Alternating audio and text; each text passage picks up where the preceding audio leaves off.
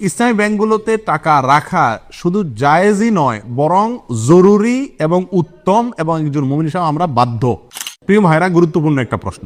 ইসলামী bank বলতে বাংলাদেশে এখন অনেকগুলো ইসলামী ব্যাংক আছে। এই ইসলামী ব্যাংকগুলোতে টাকা রেখে আমরা তার লভ্যাংশ ভোগ করতে পারবো কিনা, এই বিষয়ে ওলামা একরামের একাধিক মত আছে।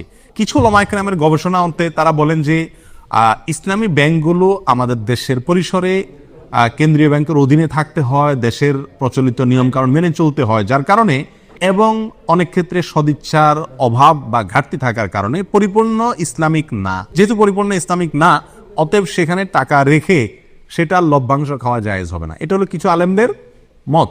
এর বিপরীতে উলামা ইকরাম বলেন, যেহেতু আমাদের সমস্ত ইসলামী ব্যাংকগুলোর শরিয়া বোর্ড আছে এবং সে শরিয়া বোর্ডে গ্রহণযোগ্য উলামা ইকরাম বসে আছেন, তাদের দায়িত্ব হলো এটা ইসলামী পদ্ধতিতে চলছে কিনা মনিটরিং করা, পরামর্শ দেওয়া। তো সেক্ষেত্রে ওলামা একরামের এই শরিয়া বোর্ডের উপরে আস্থা রেখে তারা কি করছেন না করছেন ওই দায়িত্ব আমার না। আমি ওলামা একরামের শরিয়া বোর্ডের প্রতি আস্থা রেখে সেখান থেকে লভ্যাংশ খেতে পারি। দুইটা মত পেলাম কিনা?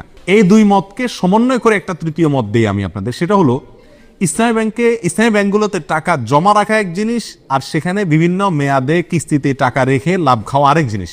ইসলামী ব্যাংকগুলোতে টাকা রাখা শুধু জায়েজই নয়, বরং জরুরি এবং উত্তম, এবং একজন মুমিন হিসেবে আমরা বাধ্য টাকা জমা রাখা যে কোনো ইসলামী ব্যাংকে। কেন? কারণ সুদী ব্যাংকে আমি টাকা জমা রাখলে কেমন যেন তাদেরকে সুদী কারবারে কি করলাম, সহায়তা করলাম। আমার এই টাকাটা পেয়ে তারা সুদে সহায়তা করবে। ইসলামী ব্যাংকগুলো আর কিছু করুক আর না করুক, একটা কাজ তো তারা করবে, সেটা কি? আমার এই টাকাটা নিয়ে সুদ যে হারাম, এই একটা কনসেপ্ট ইসলামী ব্যাংকগুলো বাংলাদেশে বিস্তার করছে কি করে নেই। অন্য ব্যাংকগুলো তো বলে কয়ে ঘুষ দিয়ে ঘোষণা দিয়ে কি দেয়, সুদ দেয়। আর সুদ যে হারাম, এই কনসেপ্টটা ইসলামী ব্যাংকগুলো বাংলাদেশে একরকম প্রতিষ্ঠিত করছে। বাস্তবায়ন যাই হোক, এটা জানাইছে, এলেমটা তারা প্রচার করছে।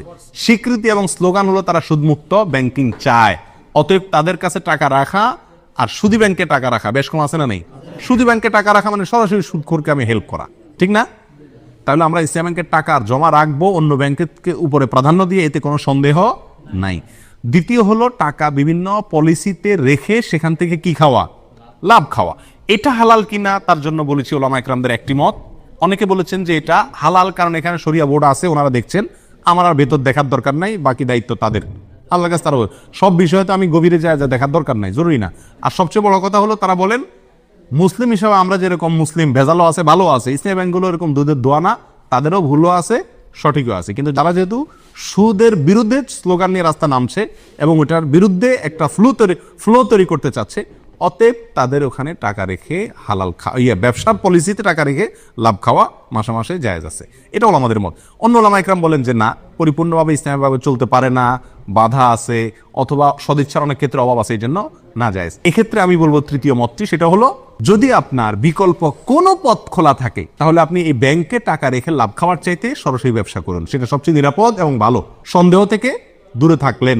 আর যদি অন্য কোনো সমস্ত উপায়গুলো বন্ধ হয়ে যায়, তাহলে ইনশাআল্লাহ বিদিনিল্লাহ এটা পরিপূর্ণ হারাম হবে না।